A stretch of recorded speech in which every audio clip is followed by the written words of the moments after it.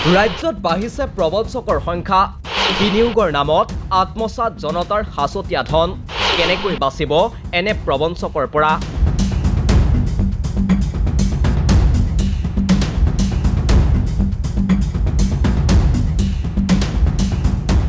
শেহতীয়াকৈ ৰাজ্যত সংঘটিত হয় কেইবাটাও প্ৰবঞ্চনাৰ ঘটনা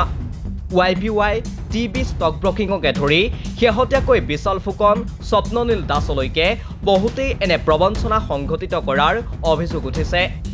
এনে প্ৰবঞ্চকে বিনিয়োগৰ নামত সাধাৰণ জনতাৰ পৰা লুটিছে কোটি কোটি টকা অনলাইন এপ বা শ্বেয়াৰ মাৰ্কেটত বিনিয়োগৰ নামত এই প্ৰবঞ্চক চক্ৰই সাধাৰণ জনতাক পেলাই জালত জনতাৰ হাছতীয়া টকা বিনিয়োগ কৰি তেওঁলোকক অতি কম সময়তে মোটা অংকৰ লাভৰ আশা দেখুৱায় এই প্ৰতিবেদনত আমি দৰ্শকসকলক জনাব বিচাৰিছো কেনেকৈ ধৰা পেলাব এনে প্ৰবঞ্চক চক্ৰক বিজ্ঞান আৰু প্ৰযুক্তিৰ অগ্ৰগতিৰ লগে লগে ইন্টাৰনেটৰ ওপৰতে নিৰ্ভৰশীল হৈ পৰিছে আধুনিক বিশ্ব শ্বেয়াৰ মাৰ্কেট বা বিনিয়োগৰ প্ৰক্ৰিয়াও বৰ্তমান অনলাইনতেই সম্ভৱ এজন ব্যক্তিয়ে শ্বেয়াৰ মাৰ্কেটত পোনপটীয়াকৈ বিনিয়োগ কৰিব নোৱাৰে ইয়াৰ বাবে বিনিয়োগকাৰীয়ে শ্বেয়াৰ মাৰ্কেটৰ ব্ৰকাৰ বা দালালৰ সহায় ল'ব লাগে বিভিন্ন ব্ৰকাৰ এপৰ বহল ক্ষেত্ৰখনত এতিয়া ভৰি দিছে কিছু প্ৰবঞ্চকৰ চক্ৰই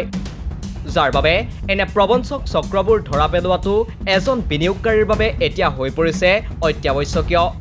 শ্বেয়াৰ মাৰ্কেট বা বিনিয়োগৰ ক্ষেত্ৰখনৰ নীতি নিৰ্ধাৰণ কৰে সেবিয়ে সেবিৰ সম্পূৰ্ণ নাম হৈছে securities and exchange board of India সেবিৰ নিয়ম অনুসৰি কোনো ব্ৰকাৰে আপোনাক দিব নোৱাৰে লাভৰ গেৰাণ্টি যদি আপোনাক কোনোৱে বিনিয়োগ কৰা ধনৰ বিপৰীতে লাভৰ গেৰাণ্টি দিছে তেনেহলে নিশ্চিত হওক আপুনি প্ৰবঞ্চনাৰ বলি হ'বলৈ গৈ আছে এনে গেৰাণ্টি যদি তেওঁলোকে বিশ্বাসযোগ্য কৰি তুলিবলৈ লিখিত ৰূপত এগ্ৰিমেণ্ট দিছে তেতিয়াও বিশ্বাস নকৰিব কোনো ব্যক্তি বা প্ৰতিষ্ঠানক আপোনাৰ হৈ আনে বিনিয়োগ কৰিব নোৱাৰে শ্বেয়াৰ মাৰ্কেটত যদি আপোনাৰ হৈ কোনো ব্যক্তি বা প্ৰতিষ্ঠানে শ্বেয়াৰ মাৰ্কেটত বিনিয়োগ কৰি দিম বুলি কয় তেনেহলে আপুনি সাৱধান হওক এয়া সেবিৰ নীতি বিৰুদ্ধ কেৱল সেবিৰ পঞ্জীয়নভুক্ত পৰামৰ্শদাতাইহে বিনিয়োগৰ বাবে আপোনাক দিব পাৰে পৰামৰ্শ যদি আপোনাক কোনোৱে নিৰ্দিষ্ট ষ্টকত বিনিয়োগৰ বাবে পৰামৰ্শ দিছে তেনেহলে আপুনি নিশ্চিত কৰক যে তেওঁলোক সেবিৰ পঞ্জীয়নভুক্ত ইনভেষ্টমেণ্ট এডভাইজাৰ হয় অন্যথা আন কোনোৱে আপোনাক দিব নোৱাৰে শ্বেয়াৰ মাৰ্কেটত বিনিয়োগৰ পৰামৰ্শ কোনো দালালে ল'ব নোৱাৰে 2.5% অধিক ব্ৰকাৰেজ চাৰ্জ যদি আপোনাক কোনোৱে ইকুইটি বিনিয়োগৰ নামত ট্ৰেড ভেলুৰ 2.5%তকৈ অধিক চাৰ্জ বিচাৰিছে তেনেহলে আপুনি সতৰ্ক হওক সেবিৰ নিয়ম অনুসৰি ইকুইটি ডেলিভাৰীৰ নামত 2.5%তকৈ অধিক আৰু ইন্ট্ৰাডে বিনিয়োগৰ নামত 0.25%তকৈ অধিক ব্ৰকাৰেজ চাৰ্জ ল'ব নোৱাৰে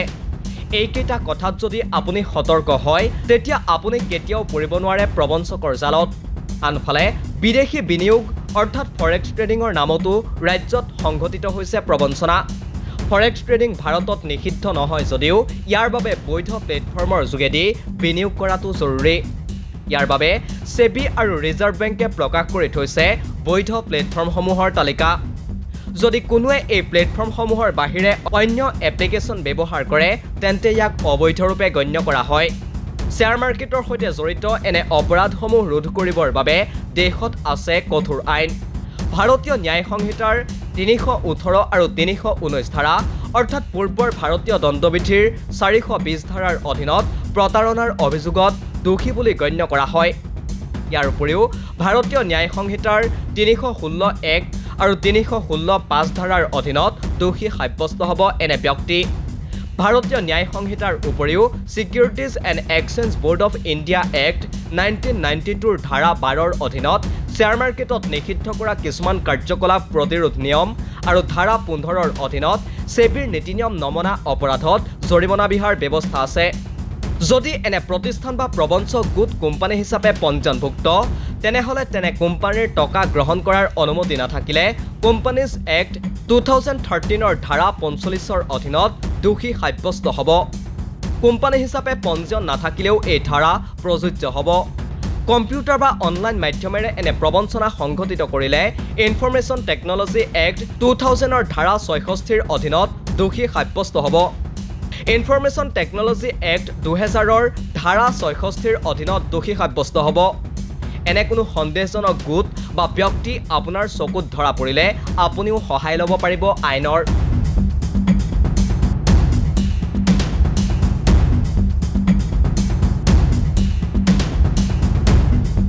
নিউজ ডেস্ক ৰিপোৰ্ট, দি ক্ৰছ কাৰেণ্ট।